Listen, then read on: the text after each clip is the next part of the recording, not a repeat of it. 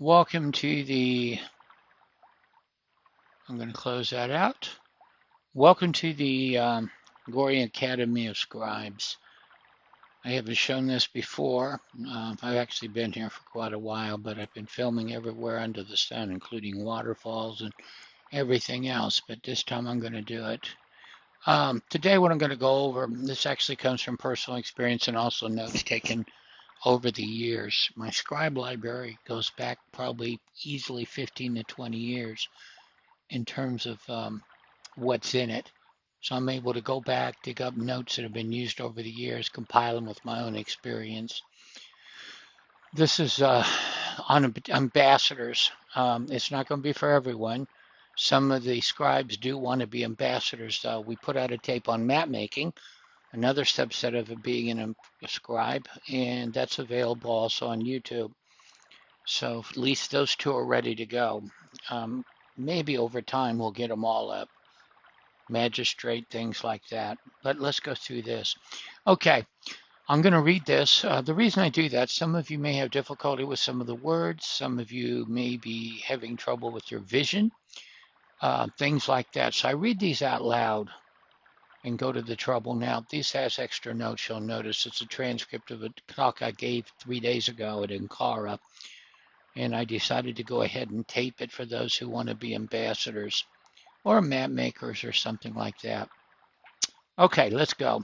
The ambassadors are lifeblood of Gore on the world stage. The position of ambassador is more than going out to make friends and trade alliances.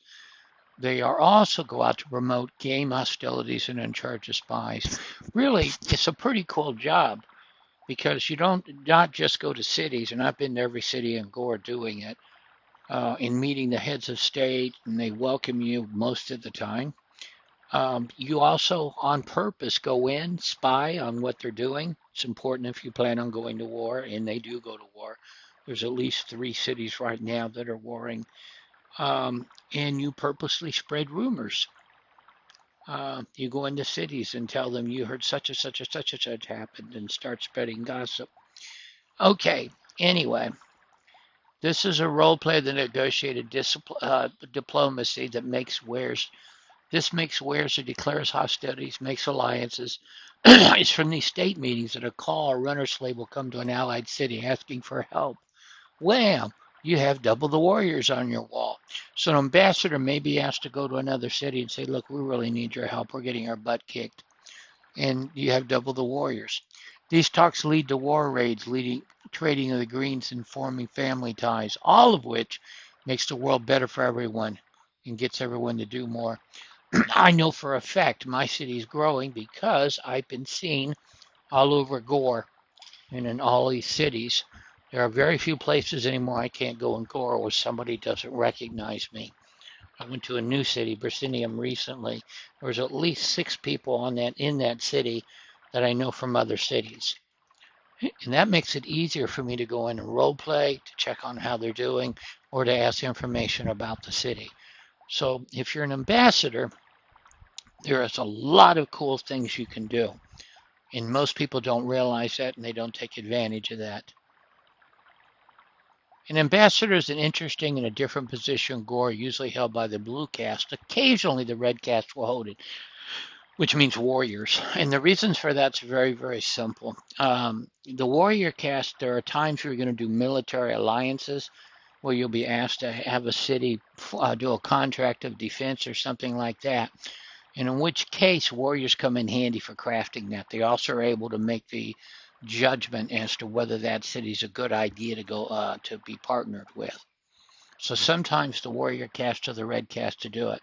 Here in this realm of Gore, the ambassador is accountable to the high scribe of the caste. His duties with responsibilities are delegated usually from the high councils to the high scribe to the ambassador, which begins these visitations. In my particular case, and in most cities, ambassadors sit on the high council.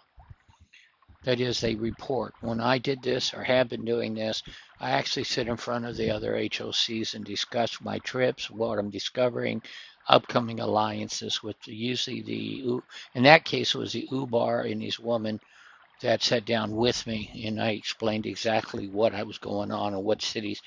Also, it helps because the warrior caste needs to know exactly what cities We had a funny story. I was off the city and I suddenly noticed an announcement coming through the wire saying, "Help, we're being attacked. We need warriors." Well, I also helped train on sparring night, so I went ahead and came. I was in a completely different city, but I showed up. And I stood at the gate and looked out, and I realized that there were two cities outside that gate, about 10 men. The problem is one of those cities I was forming an alliance with and had contracts. The other city came in by a surprise, unannounced. And I thought, damn. So the point of it is, I had to tell everybody, please don't attack these people. They're here to see me. And so we, after them role playing, being mad for 10 minutes, we had them in, set them down at the table, talked a little bit, and started basically getting an alliance for them. That contract was eventually signed. But the point of it is, uh, that's like I said, some nutty things happen and it's fun stuff. Um, that's why you want to tell the warriors what cities you're working with. From then on, I started giving a list to the warriors to let them know who we were talking to, what was going on, so they knew if that city showed up that they were not to shoot. Now, it's established in Gorian law that ambassadors could not be detained or arrested even when you're in a city you're at war with. This is your protection, male or female, when you go as an ambassador. Wear an ambassador's tag. I announce I'm traveling under the flag of diplomacy.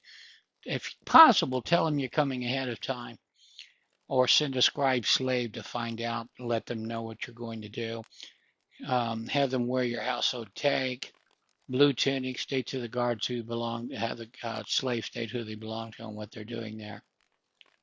In many cities, I found the ambassador or the head scribe is not in the city. If that happens, leave a note if possible or pass it on to the higher up, one of the higher up people. Um, I had occasion once where they flipped ambassadors twice. So I kept leaving notes, but the person in charge wasn't there anymore. So I ended up making 3 trips. And I didn't find out until I got a hold of the leader of the city that they had an issue with that. If your city wants an agreement, go back several times. It may take that. Um,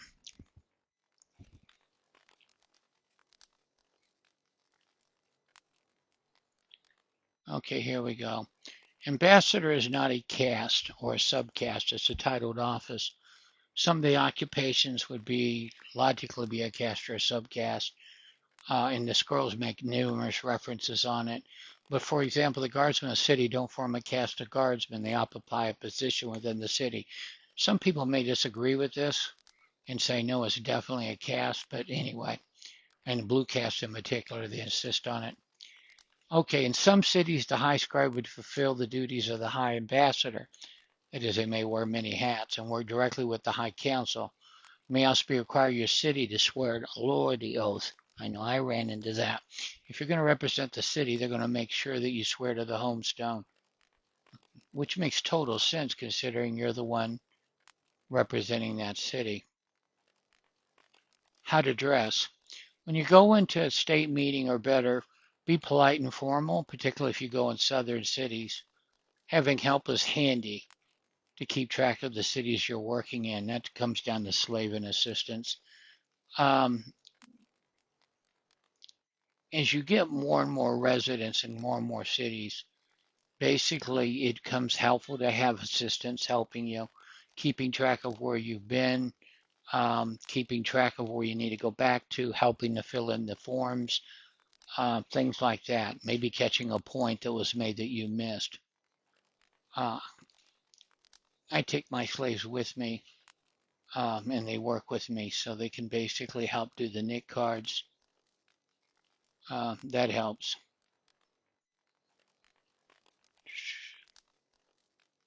Quote, gifts. This deals with gifts. Quote, he had indicated a small chest at the couch's foot. These gifts, too, he said, would appear seemingly for one interested in negotiating a commercial treaty, one with the stature of Bala Horama, and I know I probably mispronounced that. It's advisable to bring a gift to the city, of the city you're visiting. I had a delegation show up at my city recently, and they ended up bringing, there were 8 people, they brought 4 gifts. And so I quickly, luckily, I keep a file of something to give if that happens, and that's what I whipped out. But keep track of that. Some cities know that it's polite to bring gifts when you visit. So start collecting wine at work. One city brought me chocolates. I mean, it's amazing what you can use for a gift, something you trade in that's a specialty. Um,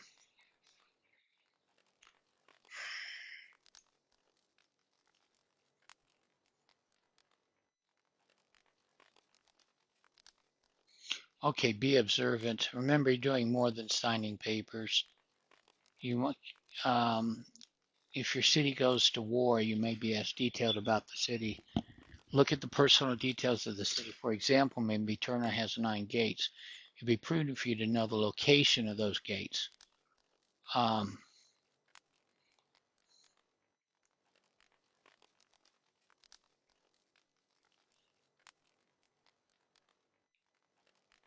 okay. Um, the ambassador's place for meeting. If you have an ambassador, you should have an embassy. They wind up being the most official building in the city. And there should be a way to ensure a bit of privacy. I was in a city where there was a woman who has been an alt, always a woman. Well, she's got one male alt, but she's an alt in several different cities. It's not advisable to have, and she did this every time I was in a meeting. She made sure she was within chat distance. So I was I went to IMs basically rather than chat. When I checked the radar, I realized that she was within audio distance. That happened to me 2 and 3 times. It's very, very important to watch, be aware of who's within that distance. Like I said, when you have a woman that's got 7 alts like she did, and tends to be in several cities, you definitely want to make sure you know what's going on. Okay. Spies. The gray cast exists. More importantly, as an ambassador, you actually run your own spies. Male spies have advantages. Male spies can fight to defend themselves. They can infiltrate the red, get to know the commanders of the enemy army, study defenses, and report back. Bad, the disadvantages. They're suspicious very easy. They may be able to, they may not be able to access the information you need because they have to earn the place in the battle councils. And they're going to be invited to the HOC of warriors if they're new. Female spies can play many roles, and slaves tend not to watch other slaves as much as men. I know a merchant who used to paint. He'd come in and pretend and role play being a painter, while slaves went and hunted for hidden tunnels, things like that. Quote, the slave phallus, I said, and the girls of the street of pots were in your party. Yes, said Hip, and most useful. Slave girls, as is the case of free women, may go almost anywhere in the city gathering in messages and gathering information and carrying messages.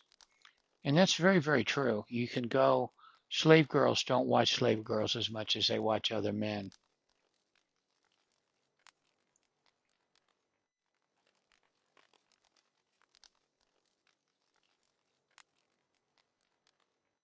Whatever you do, don't tell the Uber to council who your spies are and what they're doing. I was once asked by my Uber who is my spies, and I learned not to tell anything to leadership. You can find out things in reports, but the details need not to be passed on how you got that information. It just creates all kinds of problems. Treaties and agreements, whether it be war or otherwise. I have a standard blank treaty. As a starting point, you can move on to more details and let another city put their inputs, especially in cities where the culture is very, very different. When dealing with Tharna, it's an all-woman city run by a tantrix. When I did agreement with them, I literally spent 2 weeks going through and putting in stuff about protection of women, understanding of cultures, and we went back and forth on that agreement because their city ruled by women is very, very different than the city I was in. So it starts out as a template. Now, most cities, they'll use the standard paper, but when you're dealing with very different cultures, yeah, that's got to happen. Translators. Okay. I use a translator. and I highly recommend it. About a third of the cities in Goa are either German or Portuguese. Um, and so what I've discovered is, especially when going further north, you're going to find more and more villages that speak German. However, the Tahari has two cities in it, which is far south, that are also German. So it's not just the northern cities. I received an invitation. I attended the meeting last week, and the whole meeting was in German. So I would suggest Google Translate. Download the app. They have a camera function. You push a button, point it at your screen, computer screen. It will well, not instantly, but it translates the whole thing into whatever language you speak. Signs when you're in a village, if they happen to be in Portuguese or German, you don't even know where the inn is or where the bar or tavern or anything is. I found if I point that camera at it, I was able to translate signs to get around the village or even get a tag for that matter. So I'm going to recommend get a translator. I also have a website I go to when I can't use my phone, but that is a huge, huge advantage.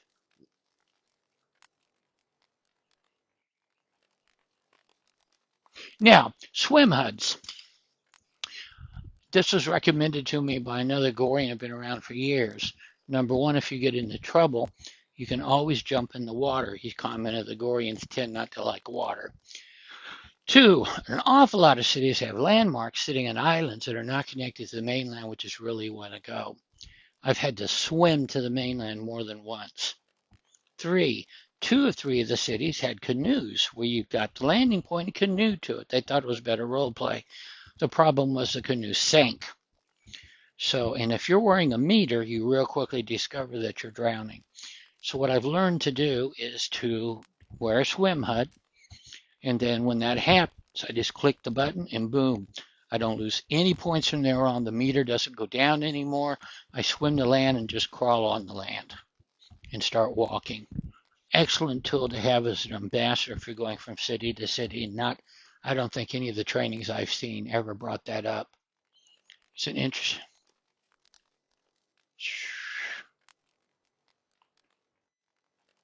Okay. Role play log cleaners. I recommend them. I keep them on. Here's the deal with that.